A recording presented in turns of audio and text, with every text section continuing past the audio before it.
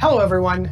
Thank you for joining us today for Lunch in Pompeii, a speaker series brought to you by the College of Sciences at the University of Central Florida and in partnership with the Orlando Science Center. My name is Brandon Landman. I'm the Vice President of Visitor Experience for the Orlando Science Center, and I'm very excited to present to you Pompeii, the Immortal City.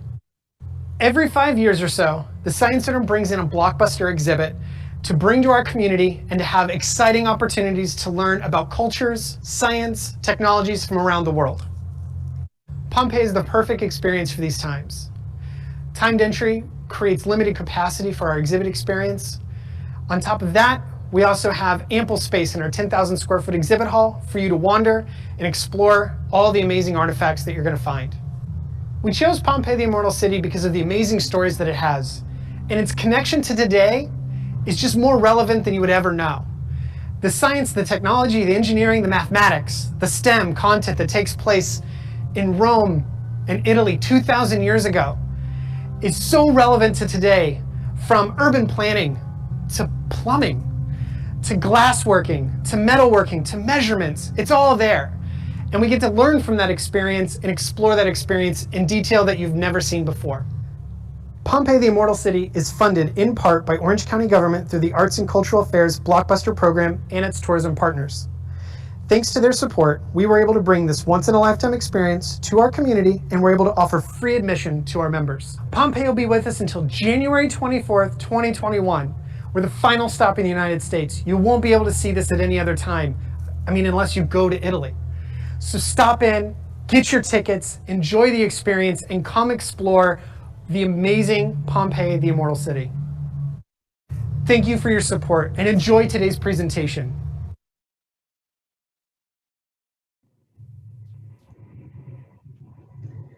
Well, hello everybody. Welcome everyone to our first Lunch in Pompeii presented by UCF College of Sciences and Orlando Science Center. My name is Jesse Zito, and I'm the Director of Programs here at the Orlando Science Center. We're excited to offer this program, and I'm happy to see the response that we've gotten for the speaker series. On Monday, the Orlando Science Center officially opened Pompeii, the Immortal City, which is one of the most beautiful and engaging exhibits I've ever seen. I'd encourage everyone to visit the Orlando Science Center for your chance to see these artifacts up close. The presentation today will be followed by a Q&A session, so stick around to the very end, because there's always great questions and answers at the end. You're welcome to submit questions during the presentation using the Q&A section that's below here. Today, we have a fascinating presentation from Dr. Joseph Lehner, Australian Research Council Discovery Early Career Research Award Fellow with the Department of Archaeology at the University of Sydney, and Courtesy Assistant Professor with the Department of Anthropology at the University of Central Florida. As a specialist in ancient mining and metallurgy, which is one of the coolest things you could specialize in, he currently co-directs research at multiple sites in Turkey and the Archaeological Water Histories of Oman project in Oman. He finished his PhD at the Kotzen Institute of Archaeology at UCLA, conducts extensive field work in Turkey and Oman, and has been involved in projects elsewhere in Egypt, Ethiopia, India, Arctic North America, all over. His research focuses on the social, environmental, and cultural impacts and deep history of ancient trade and political economy. Please join me in giving a warm virtual welcome to Dr. Lehner, who's joining us all the way from Australia. Hey, how are you doing, Dr. Lehner? How are you doing today? I'm doing great. Thank you very much, Jesse. Yeah, it's wonderful. I'm hailing everyone here from Sydney. It's about 3 a.m. here, and a real pleasure to join you all. Well, thank you for being here. I know you're coming to us from the future, which is amazing. And I'll leave it to you to get started when you're feeling comfortable. I'll step out and I'll join everybody at the end of the presentation. Thank you again for being here. Great. Thank you very much. I'll go ahead and share my screen here.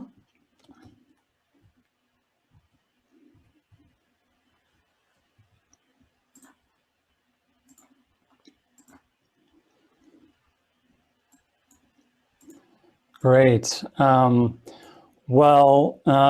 you again very much, Jesse. It's a true pleasure to be able to speak to everyone in the Orlando Science Center and the UCF community today, and everyone, wherever you may be hailing us in from. As Jesse said, I'm an archaeologist and professor at the University of Sydney. And I'm also affiliate at UCF, as Jesse mentioned. I've been working in archaeological science and fieldwork for nearly 2 decades now, and I'm really lucky to have been able to make a career out of what was really a dream since I was a kid. While these times during this pandemic are truly challenging, it's opportunities like this one today that reduces the physical distancing into one where we can really come closer and talk together about the fascinating discoveries in science behind archaeology, and certainly behind Pompeii today. The exhibit at the Orlando Science Center is a unique and important display of the material culture left behind by the people of Pompeii nearly 2,000 years ago. But as is tradition here in Australia, I'd like to take this opportunity as well to acknowledge the traditional custodians and the lands in which we meet today and pay my respects to their elders, past, present, and emerging. I extend that respect to the Aboriginal, First Nations, and all Indigenous peoples here today. In today's lecture, I'm going to speak about how metals and metallurgy provided the Pompeians and the Romans more generally a way to connect across long distances. Pompeii itself was not near to metal resources, and in order for the people to access these materials for things like everyday tools to precious jewelry, highly advanced trade networks were really essential. I'm going to speak about how metals and mining change the environment and how we can use modern science to detect this. So this fascinating work draws climatologists, geologists, and archaeologists alike, really from Greenland to Turkey and beyond. And all of this really to create a larger, more global picture of how just impactful the Romans were. But before we go there, let's introduce Pompeii. Pompeii is one of the most significant proofs of Roman civilization, and like an open book, it provides outstanding information on the art, customs, trades, and everyday life of the past. The city has reemerged from the darkness of centuries precisely as it would have been when it was unexpectedly buried in a thick layer of ash which poured down from the devastating eruption of Vesuvius. There you can see in the background of the photograph here. It was the year 79 AD, almost 2,000 years ago. The scale of the tragedy was terrible. In what had been really one of the most active and splendid Roman centers, life came to a permanent standstill. The thick layer of volcanic material which submerged it, made up to a large extent of ash, really, and another material called lapilli, which is a non-hard material, unlike that which covered also the town of Herculaneum, and which solidified into extremely hard stone. This has all meant that the city has remained intact until present day, not only as far as its buildings are concerned, but also as regards to the contents inside the houses and shops, providing an absolutely fascinating picture of daily life. The peasant dwellings, on the other hand, are situated around vegetable gardens or small plots of land at the site. And on the edge of the city stood the brothels, squalid rooms intended as places of pleasure for sailors and travelers passing through. In the narrow lanes, the workshops and utility rooms provide further evidence of the daily routine performed by workmen and slaves, as well as the women of the house. The houses still contain furniture, ornaments, gold and silverware, work tools, kitchenware, bronze and terracotta lamps, foodstuffs of all kinds, and counters for serving drinks, grain mills and grindstones, workshops for manufacturing cloth, and smithies, and outlets selling groceries, fruits, and vegetables. The architecture and development of various types of houses is also amply documented. Thus, the excavated city provides outstanding historical evidence of Roman civilization. These reminders of the past, which are so vivid and tangible and the remains brought to light, contributing to the fascination of the present. Now, the first excavations of the city happened about 250 years ago as European antiquarians quickly learned about the incredible preservation and potential for empirical insight into Roman life. And today, excavations continue at the site. Led by various teams, new work continues to shed important light onto the ancient city. In this image, for example, the ashen cast of a mule found at the city demonstrates an incredible potential for such work. Few other archaeological sites are known in the world that have this level of detail preserved within the complex layers that typically form. And not only mules and other animals, but casts of humans too were found preserved. Their remains illustrate their vast moments as the ash, or the last moments as the ash from Vesuvius covered the city so suddenly. Many of these casts are known today, and we're fortunate at the Orlando Science Center to have two such examples available for visitors to see. Our own Dr. Sandra Wheeler at the Department of Anthropology at UCF will be giving a lecture on these body casts for our Lunch in Pompeii lecture series at a later date, so stay tuned. Now, in addition to the bodies of humans and other animals, entire buildings, complete with elaborate frescoes and wall paintings, document in exquisite detail the artistic expressions and traditions of the time. Yet for our lecture today, we'll be talking about the everyday tools and other objects made out of metal that were left at Pompeii. Thousands of such objects have been recorded at Pompeii, each documenting a wide diversity of forms and materials, like the everyday objects that are pictured here and also on display at the Orlando Science Center. On the left, we can see a typical bucket produced of bronze, a specific kind of alloy of copper and tin. Fine tools, like the medical instruments on the right, further exemplify the kinds of specialized toolkits available to the Pompeians.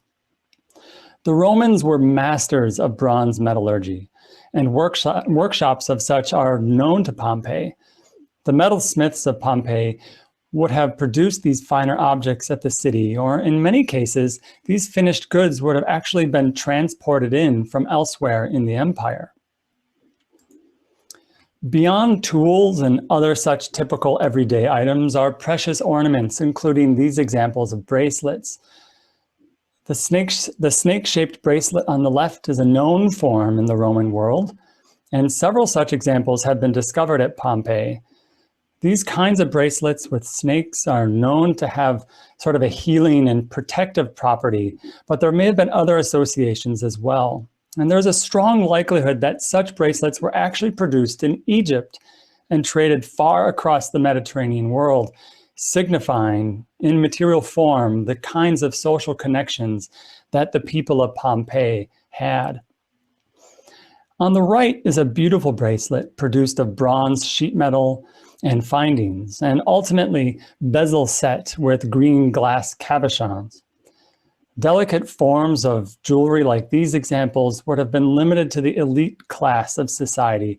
And in the Roman world, the social makeup, the organization and hierarchy, the social hierarchy would have been much more severe than our own today. Yet nevertheless, the kinds of challenges that society faced would have been very similar. And the need to signify one's social status in society through the material objects that they owned was certainly quite prevalent, and we can see that through these kinds of objects specifically.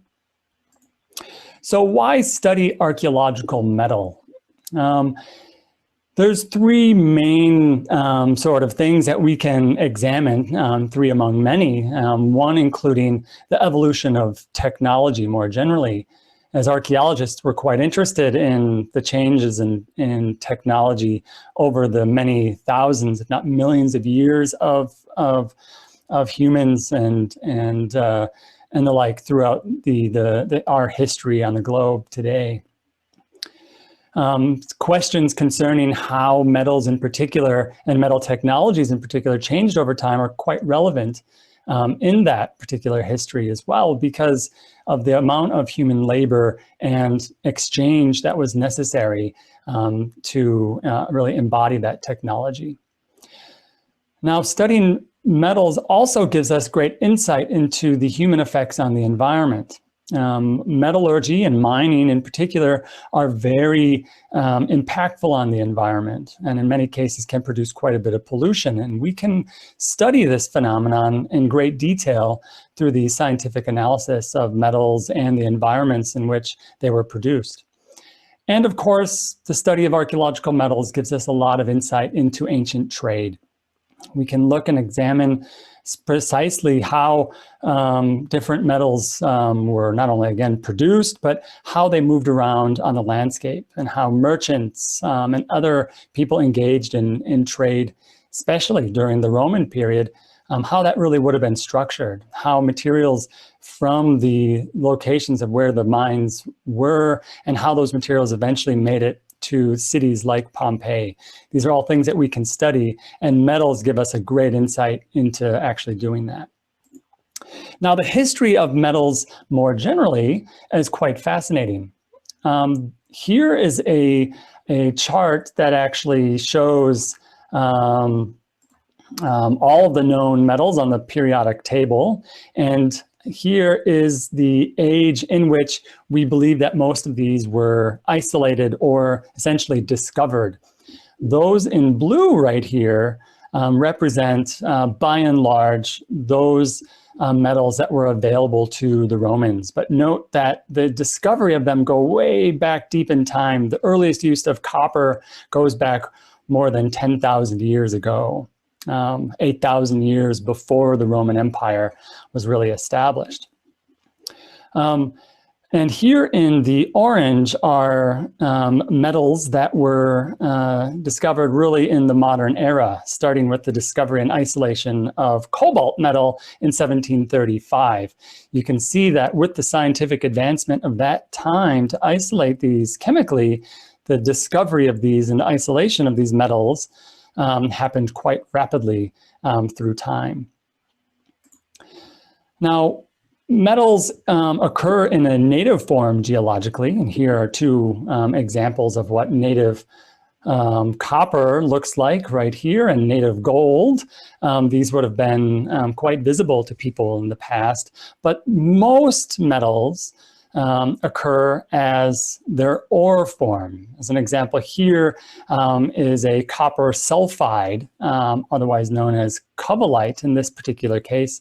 Here you have copper actually locked into its mineral form, a very stable form that it would have been highly sought after in the ancient periods. And this is the kind of material that would have been mined.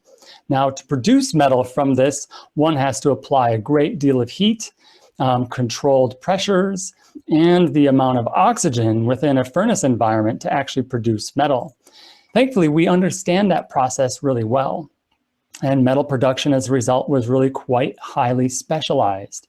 From these medieval pictures right here, we can see and examine precisely how even Roman period metallurgy would have looked like, from the mining operations and indeed the roasting of the ores that would have happened to release that sulfur gas before the actual smelting operations would have happened. All of this would have required a vast specialized knowledge, a huge amount of fuel resources to actually accomplish, all in the aim to produce metal, raw metal that would be traded across long distances. Now at Pompeii, all that metal that had been coming in would have already been quite processed in its raw form, and indeed probably been pretty purified by the time it made it to the city. We have here an image of a business sign from Pompeii of a noted coppersmith's business and a coppersmith's home. This sign would have been held in front of the business itself, and there you can see many aspects of a scene there in the coppersmith's business itself. Here's the smith right here with a large iron hammer.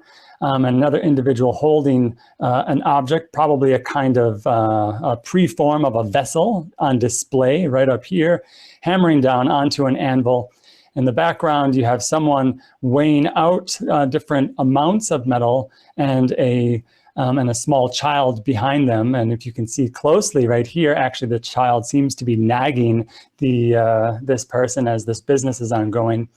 And on the right side over here, you have another person actually chasing or raising a vessel as they produced this finished product right here, various buckets and other kinds of bowls and the like that this workshop would have produced. You might be curious what this guy is right back here. This is a representation actually of a dog in the background just hanging out in the coppersmith's business. On display at the Orlando Science Center is actually an iron anvil that you can see, or precisely the very kind that would have been used in antiquity to produce these kinds of bronze vessels. Now, mining and metal production leaves a large impact on the environment. On the left-hand side here, you can see the famous open cast mine of the Rio Tinto mine in Spain. This is a modern mine, but directly adjacent to this mine, many known shafts in the region that actually date to the Roman period. And we know that Romans were involved in the extraction of the metals from this area, predominantly tin and copper and little bits of gold as well from that region. Now, looking at the greater scale of the Roman Empire as we see it, in gray is pretty much one of the largest extent of the Roman Empire, and the distribution of copper and other kinds of metals across that region, you can see where Pompeii exists right here. It's quite distant from all these other metal resources. And a lot of these different resources were coming into Pompeii via these trade networks. Gold from Egypt, and otherwise gold also from Anatolia and far and beyond from Arabia. Copper, gold, silver, lead, and tin was all coming in from Spain and the British Isles. And indeed from Germania, from Central Europe, copper, gold, and silver, and iron too was coming from there. The largest copper source in the Roman Empire, however, would have been coming in from Cyprus in the Eastern Mediterranean region. And we know that from the huge amount of production debris left on Cyprus, and indeed when studying the copper from the central Roman world at Pompeii and Rome, for example, that a lot of that copper must have been coming in via that route.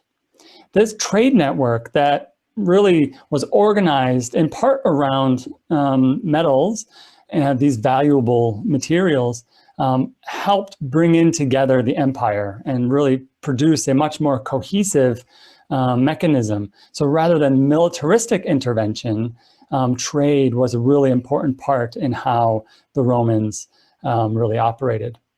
Now, in a lot of the research that we're doing, we want to be able to actually study the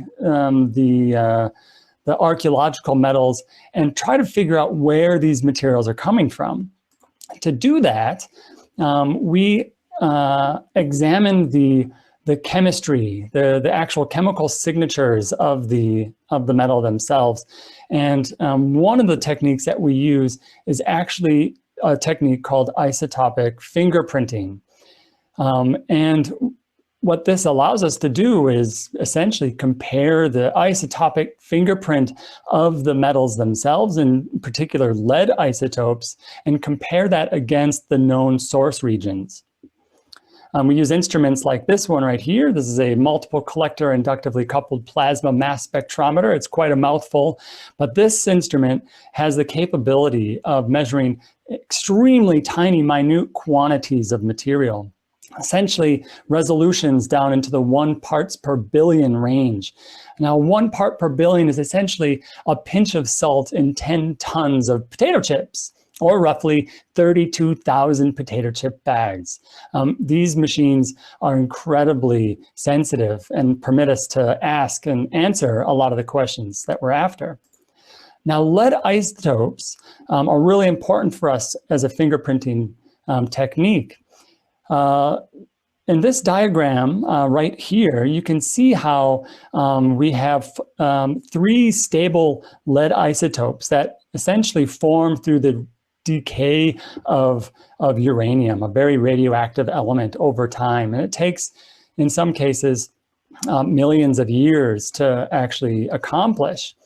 Now, when the Earth was formed, there was already a certain amount of lead, and over time, as uranium and thorium and those elements decayed into lead, it left a signature. And that change over time gives us a way to date the lead that we measure. And so if we can find lead in copper artifacts and the like this, we can actually geologically date those materials and compare them across the geological ages of the known ore regions. It's a really advanced technique that works exceedingly well. So minuscule quantities of lead within metal objects, and it's always present, allows us to measure its geological age. Here are 2 microscopic images of what copper alloys look like under the microscope. And you can see in these dark blobs right here in this example of a copper tin alloy, and here in another kind of copper tin alloy, these dark blobs here, those are those minuscule quantities of lead. And we can actually extract that from that material and measure the geological age from therein. Now, from Pompeii, we have a great opportunity to actually do some of this work. Here is an example of a hydraulic valve, a particular example that's on display at the Orlando Science Center. Itself is produced out of a cast bronze of a copper tin alloy. And this valve right here would have been connected to a vast network of lead piping. And you can see some of the solder or solder-like material still connected or adhering to the valve right here. The network of the water supply system essentially is portrayed right here in this map of Pompeii to show you how elaborate that really was. Now, if we measure the lead isotopes of the lead in those materials, what we actually find is that just coming from the pipes themselves, a very interesting sort of pattern is that the lead isotopes match no particular source within the region, but it shows a great distribution and a likelihood that many different sources were being used simultaneously. And because these ranges fall right in between all of the known sources from Sardinia, Spain, Italy, and Greece, they all fall right in here. It's a great bit of evidence that the metal used in Pompeii, the water supply system, was actually recycled. So a lot of these metals that were coming together were being melted down and reused time and time again, such that their isotopic signature becomes homogeneous. And we can see that really well represented in this diagram right here. So metals were coming from all over the Mediterranean region, ending up in Pompeii and being quite recycled down to facilitate the water supply network. Now, what's very interesting is that we can actually look at the lead that's coming from these water supply systems, these metal piping systems, and how that actually contaminated the local sediments throughout the region from Pompeii to the neighboring Roman town, modern town of Naples, right here.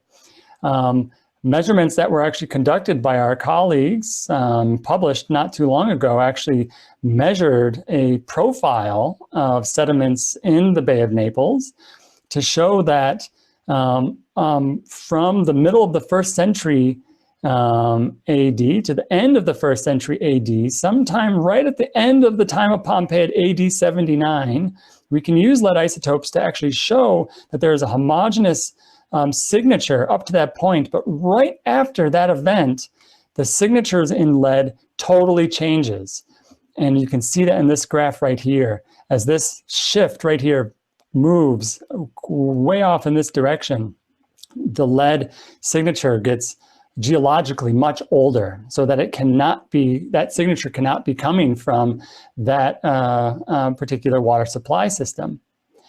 This is a fantastic result to actually show how archaeological science can show how this eruption event caused a huge reorganization of water networks, and that information comes precisely from the water pipes, the metal pipes that were used during that time period.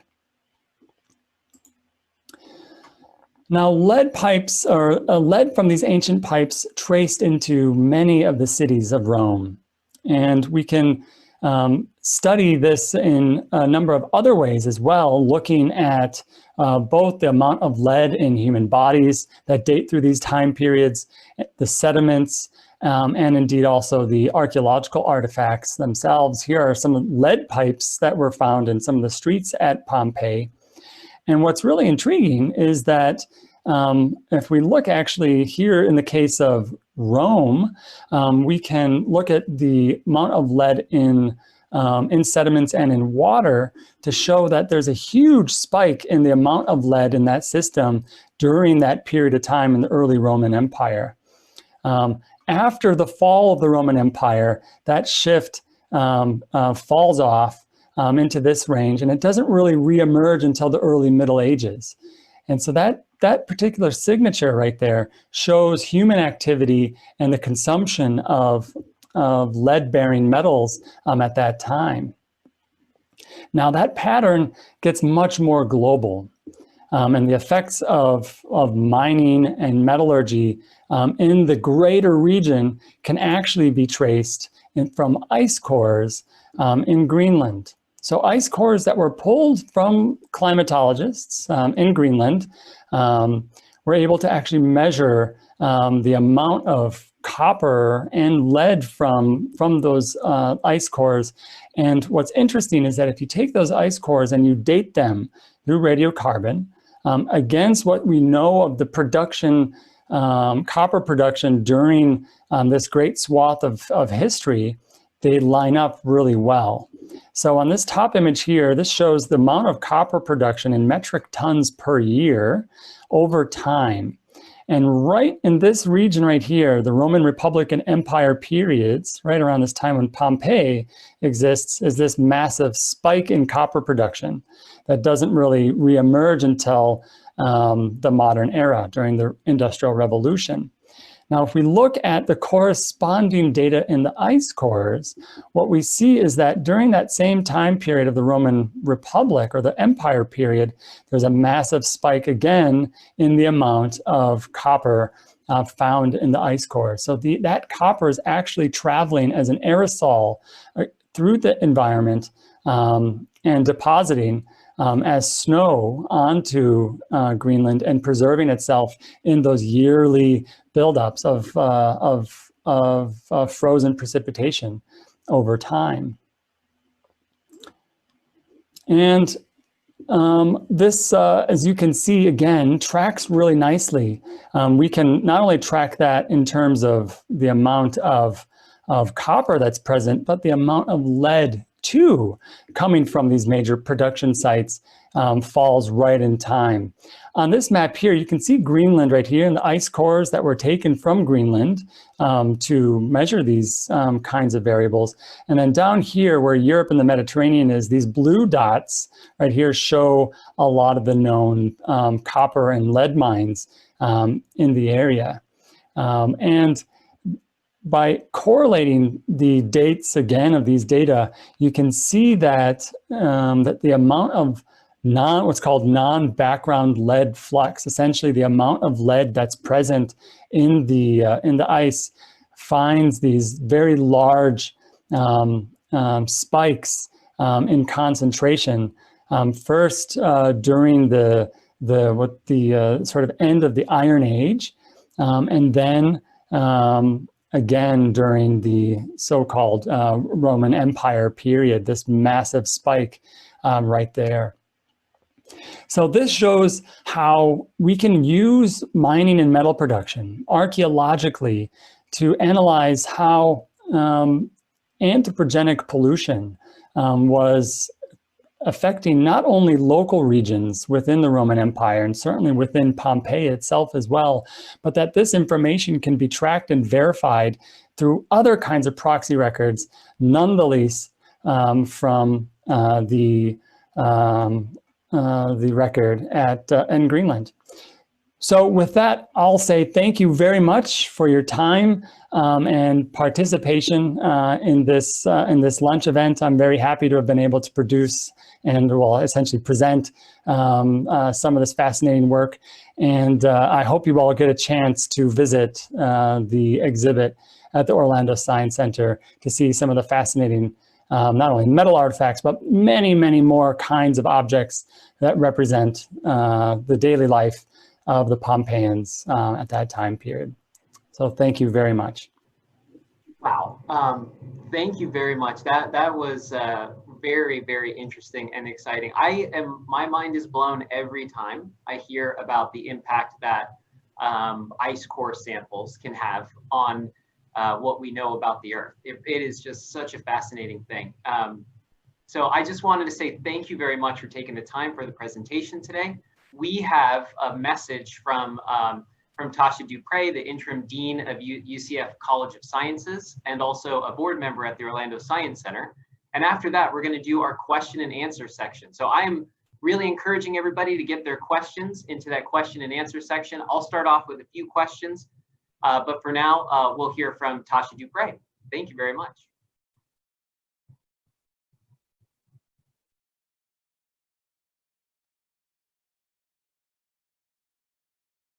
Hello, I'm Tasha Dupre, the Interim Dean of the College of Sciences at the University of Central Florida. We would like to thank you for virtually attending our Lunch in Pompeii speaker series hosted by the UCF College of Sciences and the Orlando Science Center. We are excited to partner once again with the Orlando Science Center to bring you some very interesting and informative talks given by faculty from our college and educators from the Orlando Science Center. We would like to invite you to join us for the remainder of the talks in this Lunch in Pompeii speaker series. The talks occur once a month through January. Information on the series and the RSVP links for each talk can be found at sciences.ucf.edu/lunch-in-Pompeii. The website link will appear on the closing slide that you will see next. We would like to encourage you to come to the Orlando Science Center and visit this amazing exhibit firsthand. The exhibit will be on display during the Orlando Science Center's normal business hours from October 26th through January 24th. Now please stay online for the question and answer session with our speaker.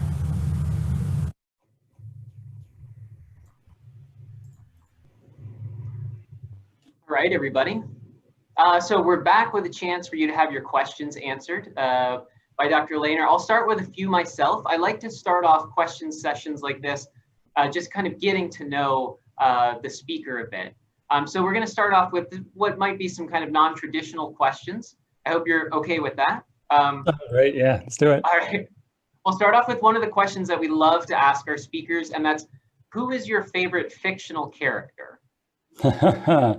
So I could probably get esoteric pretty quickly with this, and I'll also never admit to Indiana Jones, as that would be just a bit too stereotypical. And as archaeologists, we all have a problem with Indiana Jones anyway. But my choice would have to probably be, this is pretty tough, but I'm guessing for myself, it'd have to be Malcolm, the mathematician from Jurassic Park. And I say that because his love really for the unknown is infectious, and chaos theory and all of this. And ever since reading Jurassic Park as a kid, that was really effective to me. So Malcolm, he's got to be the guy. Yeah, definitely. That would be a very popular choice here, just so you know. So one of the other things I want to ask you is, what profession other than yours would you like to attempt? Well, I don't know. In light of the talk today, I suppose there would definitely have to be a volcanologist. Why not? I think that would be one of the most, I don't know, pretty radical of professions, getting close to volcanoes and the like, and getting to be up into the mountains as well. I think that's why we're a volcanologist for sure. Yeah, that is actually my pick, just so you know. That is my my backup pick also. Okay, we have another question here. Just something to get to know you a little bit. If you were going to sing at a karaoke night, what song would you sing? Oh dear. So just to see how long it would really take to scare everyone out of the room, I would go for a long one, and that would be Bohemian Rhapsody by Queen, hands down. I love your choices. That is a great one because you can get the crowd involved. You don't really have to be that good, right? How about what do you hope never changes? Yeah, that is a great question. And I think that what I would hope never changes, that actually people continue to always seek out the unknown and do good work, and really finding solace in the unknown is sort of scientific practice, and being okay with the fact that unknown is a very exciting thing, and something that we can all really ponder in a big way. And so, not to get too philosophical on everyone, but I think that's probably what I would say is to let's keep advancing our knowledge and pursuing the unknown.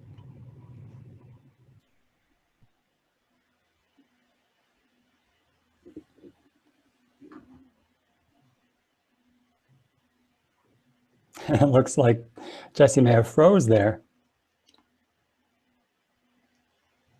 Wow, yeah, that is a fantastic answer. I want to talk to you just briefly before we get to the questions from our audience here. You know, museums and informal education centers like the Orlando Science Center are dedicated to inspiring lifelong learning and sparking an early interest. Have you had any impactful informal education experiences that you feel have set you on your path? Oh, absolutely. So many, and it's just countless.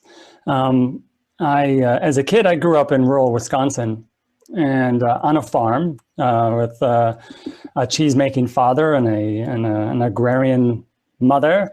But despite that, we always had opportunities to visit museums.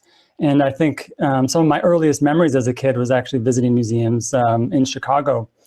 And that had a huge impact. And in fact, some of my first memories are visiting some of the archaeology exhibits at the Field Museum, and really spurred on my own interest to be an archaeologist at the age of 4. I have very distinct memories of that. And so museums have always been a massive part of my memorable life. And I think that I really have to attribute a lot of what I've done in my own life to the quality of the museums that I've been able to see, not only as a kid, but continuing on as an adult as well. I'm always amazed at what people like yourselves are able to do in these fine institutions.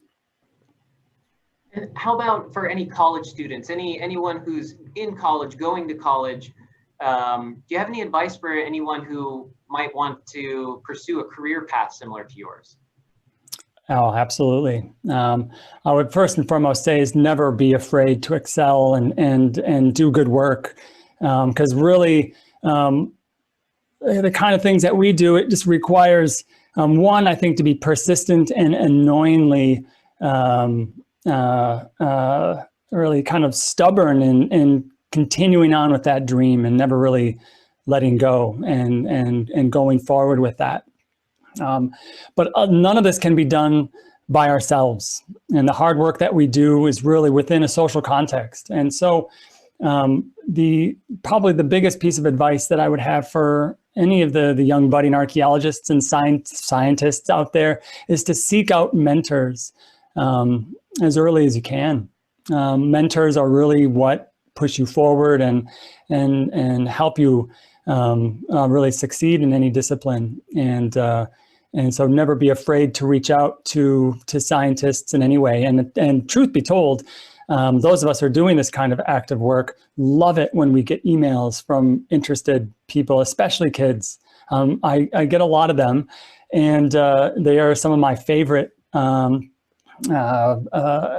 any kind of communication that I have with the public at large, and facilitating already interests that early is a huge part of what I try to do, and I encourage everyone, no matter what age, to reach out to scientists and the like to just see what's going on and see how to make a career out of it.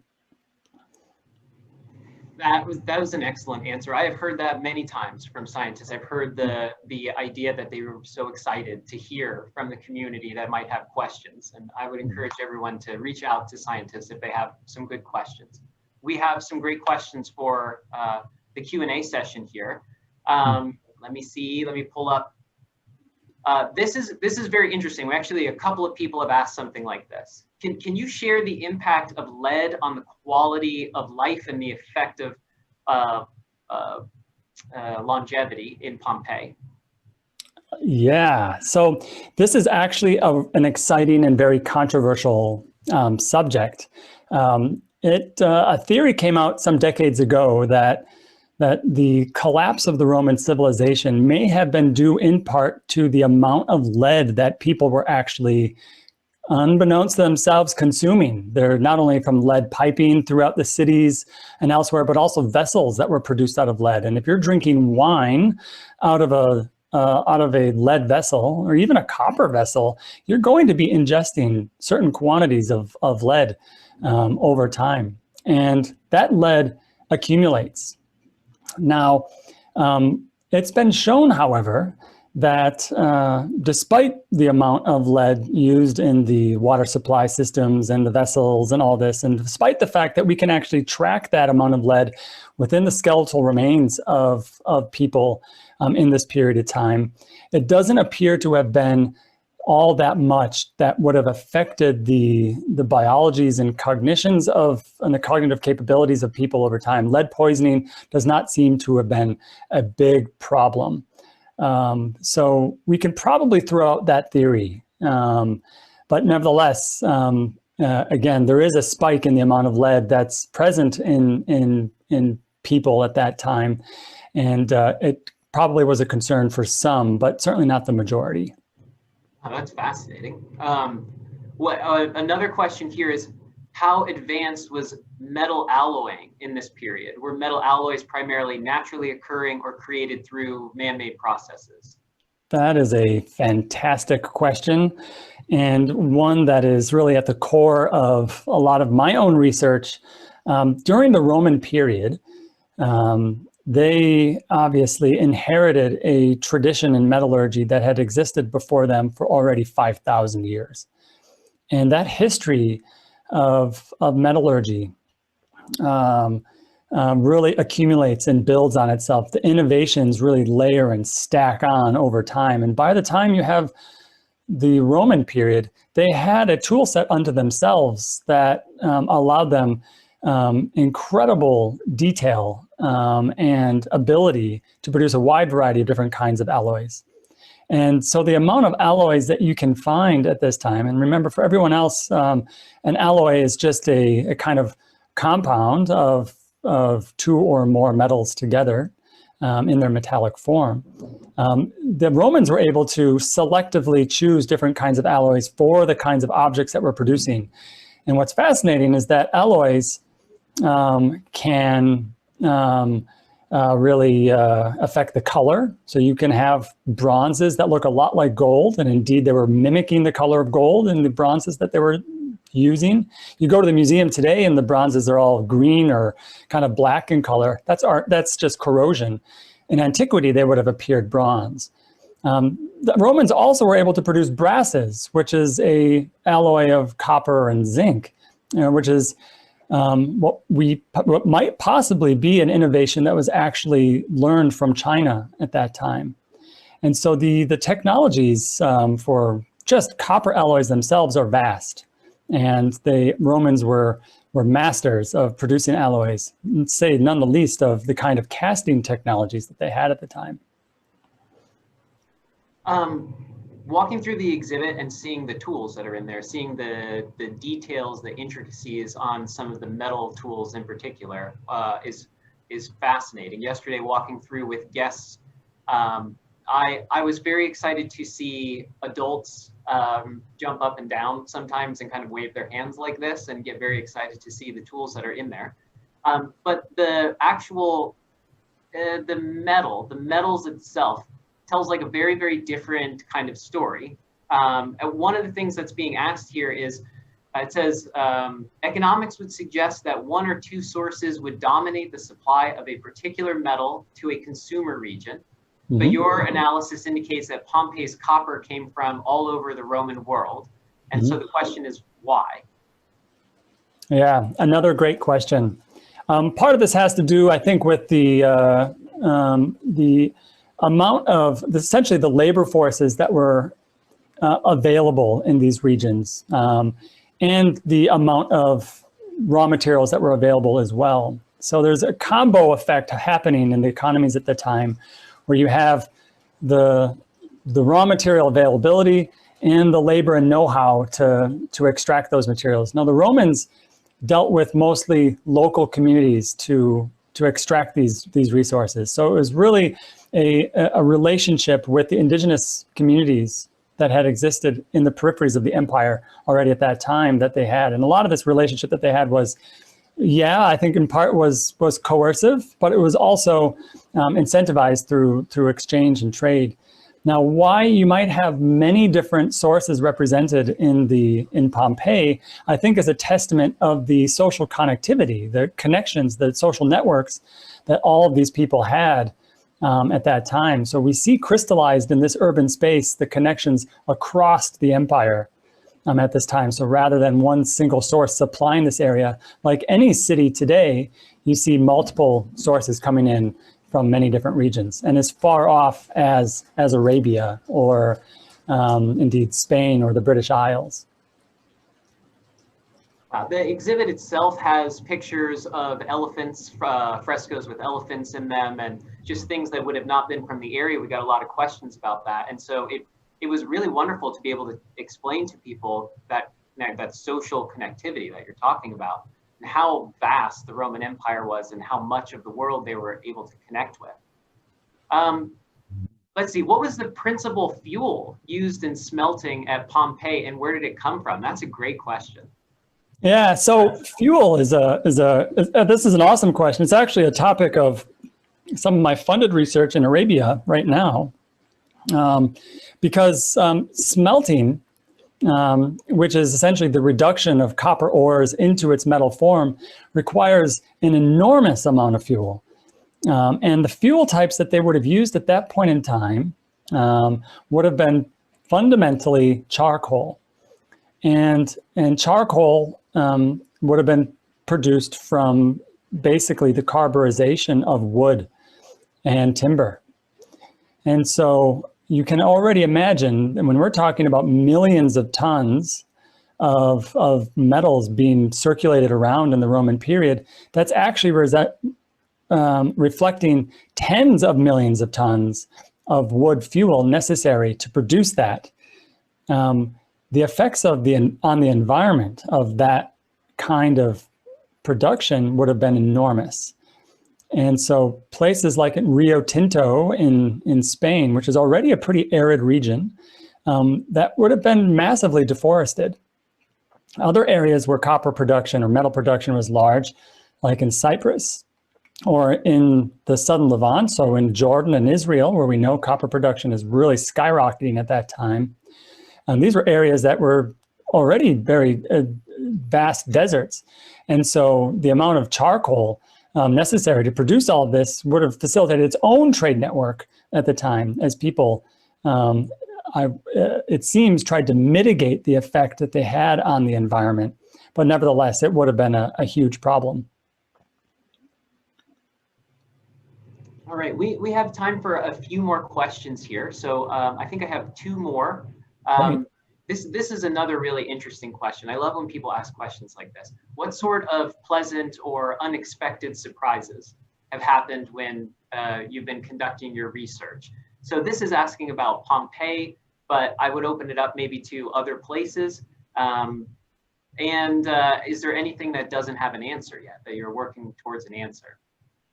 Yeah, great. I'll start with the last part of that question.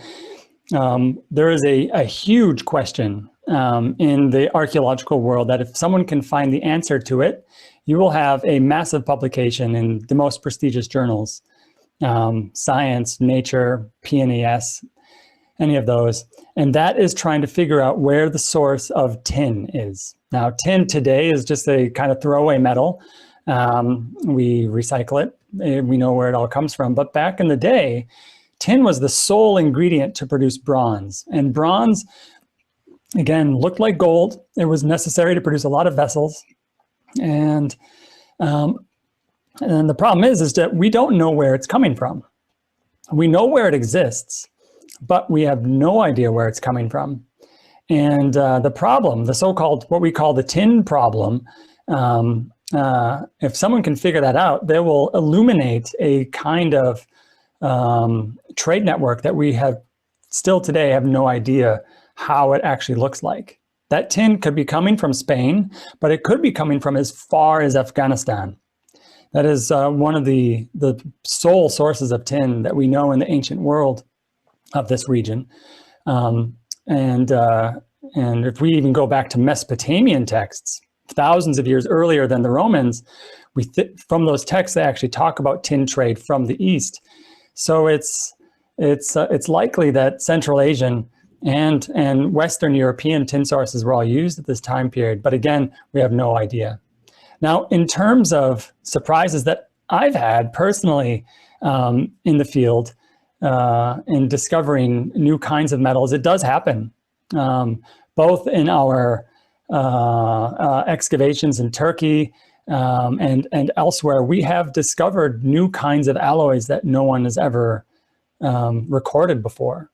In particular, an alloy of copper and nickel that existed during the Bronze Age. So earlier than the periods of time at Pompeii, by a couple of thousand years actually. This was an alloy that people, before analysis, thought it was silver, but it turned out to be just an alloy of copper and nickel. So actually, nickels today in the US are actually produced out of a copper-nickel alloy. And it looks like the innovation of that happened already 4,000 years ago. And we were able to show that. That was a huge surprise. We expected to analyze a bunch of silver, and it turns out that it's all what we call cupronickel or copper-nickel. That was a very interesting answer. I'm so excited to hear that there's literally a tin problem that is trying to be solved. There is a tin problem. It's big. I think we have time for one more. This is maybe a great one to end with here. The question is, they're asking, can you tell us about an event in your work or life that you personally found to be most exciting or awe-inspiring? Oh, that is a great question. Just this last season, doing fieldwork in Oman in January and February before the pandemic hit, we were surveying an area that was of known industrial scale metal production. And we were able to use satellite imagery to detect a lot of these sites for the first time. And in so doing, we recorded a site that had over 200,000 tons of copper slag. That is the byproducts of copper production. This sort of site had never been recorded before. And it turns out to be the largest copper production site in the ancient world outside of one site in Cyprus.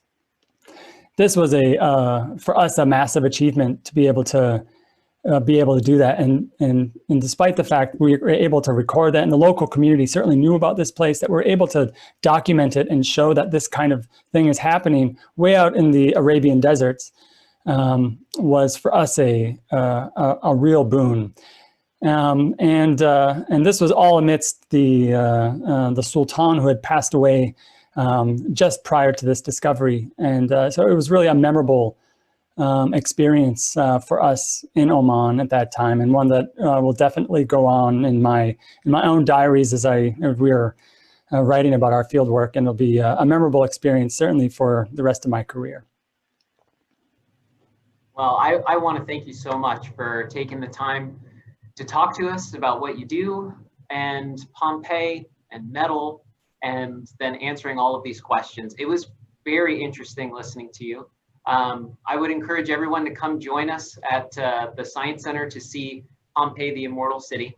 Dr. Lehner, I really appreciate your time. Thank you very much.